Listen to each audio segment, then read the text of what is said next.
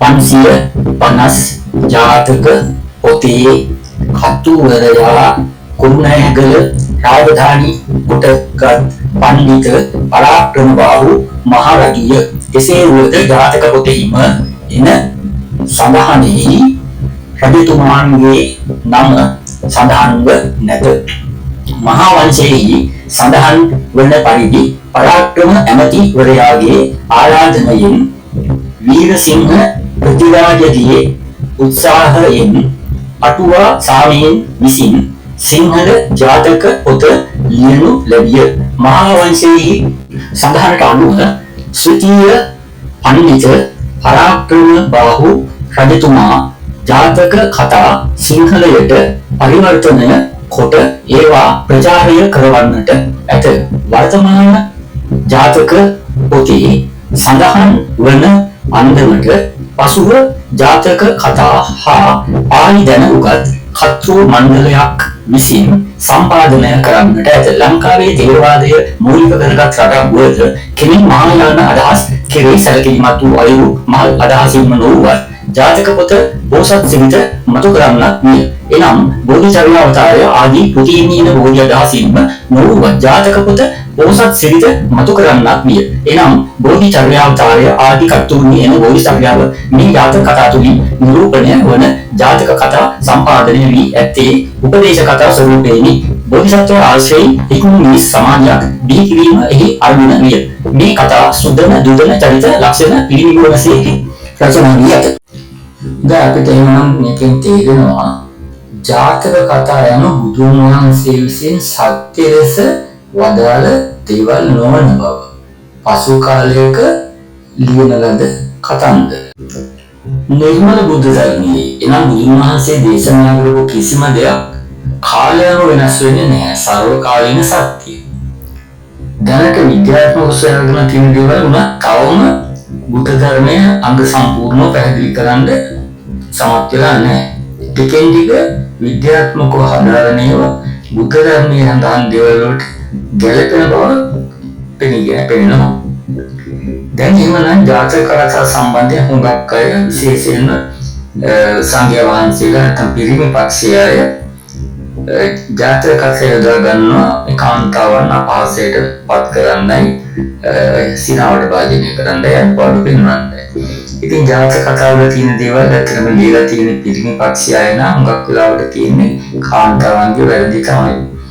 උදාහරණයක් වශයෙන් ජීවත් වෙන සසර ජාතකයේ සඳහන් වෙනවා හාවා ජීවිත පරිත්‍යාග කරපු අවස්ථාවක සක්‍ර දිව්‍යමට මතක ඇටිය සාවගේ රූපයක් හඳේ යන්න කියලා. ඒක බොරුවක් බව දැන් ඕන කෙනෙක් දන්නවා. දැන් ඥානමක ඒවා පැහැදිලි කරලා තියෙනවා ඒක එහෙම සත්‍යයක් නෙවෙයි කියලා. නමුත් අපිට ත්‍රිපිටකය ගත්තොත් එහෙම විනය පිටකයේ සූත්‍ර පිටකයේ අභිධර්ම පිටකයේ වගේ දේවල් වල නම් සත්‍යය කියලා පිළිගන්න පුළුවන් දැනට හොයාගෙන තියෙන විද්‍යාත්මක කරුණුත් එක්ක. මේ ඥාතකදී ලංකාවේ ඇතිවුණු විශේෂ සිද්ධියක් නිසා ස්වාමීන් වහන්සේ කෙනෙක් බණක් දේශනා කරා. එතනදී ප්‍රධාන වශයෙන් ඉදිරිපත් කළේ කාන්තාවන්ගේ තියෙන කාමුක හැඟීම් වල තියෙන බරපතලකම. ඉතින් ඒකට උන්වහන්සේ තෝරාගත්තේ අසවත මන්ත්‍ර කියන ජාතකය. ඉතින් ඒ සරල අදහස මොකක්ද දන්නවා ඇති. දිසාපමුඛ ආචාර්යවරයා ශිෂ්‍යයින්ට ප්‍රායෝගිකව පෙන්වීම කිරීම සඳහා උපදේශයක් දෙනවා. තමුන්ගේ මව කියන අවුරුදු 120ක් වයසක මව හොඳින් වර්ණනා කරලා සැලකීම කරන්න කියලා. ඊට පස්සේ ඒ මව අර තරුණයාගේ ශිෂ්‍යයාගේ බස්සවල සැවටිලා කාමරාව ඇවිසිලා කියලා කියන විදිහට අන්තිමේ තමුන්ගේ අදහස ඉෂ්ට කරගන්න පුතා මැරීමට උපක්‍රමයක් යොදන බවත් ඒවා එළිවීම නිසා පපුව පැල්ල මැරෙන බවත් ප්‍රකාශ කරනවා. ඉතින් මේක සත්‍යද අසත්‍යද කියන පොබොයිසින් තර්කානුකූලව විමසා බැලිය යුතු කාරණාවක්. රාගය කියන්නේ ගින්නක්. අපේ මහත්තයා මතක ඇති එක්තරා ජාතක කතාවක දිසාපාමුඛ ඇඳුරුතුමා පැහැදිලි කරනවා කාන්තාවගේ රාගයට පිරිමියෙක් නැති වුණාම මොන තරම් ඒ ගින්න ඇවිලෙනවද? ඒකට මහල්ලක් කියලාවත් අදාළ නැහැ කියන එක අප මහ බෝධිසත්වයන් වහන්සේ පැහැදිලි කරලා පෙන්නනවා. අපේ මහත්තයා දැන් අපි අද පෙර ධර්ම සාකච්ඡාවේදී කතා වුණා මේ ජාතක කතාව පිළිබඳව. අයන්නෙන් පටන් ගන්නවා. බලන්න අපි මහත්මයා මේ ජාතක කතාව මොකක්ද කියලා නම් කරන්න. අසාත මන්ත ජාතකය. අසාත මන්ත ජාතක කතාවේ කියවෙනවා දිසාපාමොක් ඇදුරුතුමා තමන්ගේ ජේෂ්ඨ ශිෂ්‍යයාට කියනවා ස්ත්‍රිය කාම ගින්නට මැදි වුණාම ලොල් වුණාම මැහැල්ලක් වුණත් ඒ වයස අදාළ නැහැ කියන එක. අපේ මහත්තයර මතක නම් කියන්න මේ දිසාපාමොක් ඇදුරුතුමාගේ මව්තුමිය ඒ යුගයේ ඔය දේශනය කරද්දී දා නිවසේ හිටියද නැද්ද? හිටියා. එතුමියගේ වයස මතකද ඔබතුමාට? 89ක් වගේ. අවුරුදු 120යි.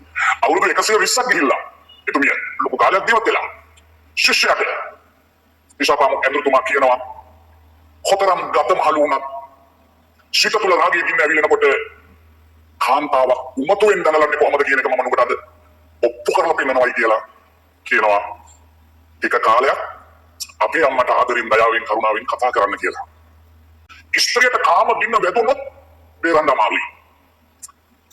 අසාත මන්ත ජාතක කතාවේ දිසාපාමොක් ඇදුරුතුමාගේ උපදෙස් මත ශිෂ්‍යයා දින ගණනක් මව්තුමියනි 120ක් වයස ගියත් ඔබතුමිය කෙවිලියක් වගේ කටහඬ ඉතාම මිහිරිය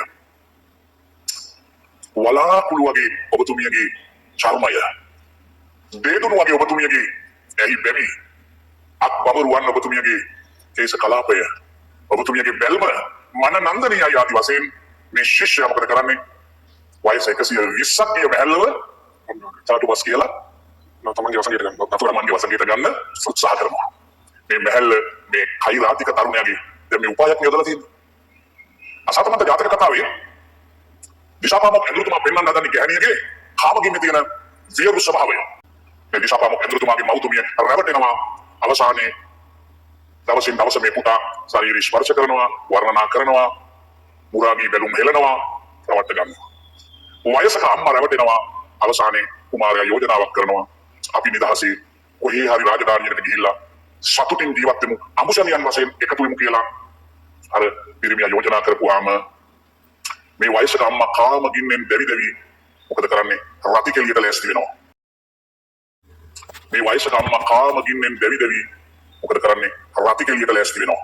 සූදානම් වෙනවා.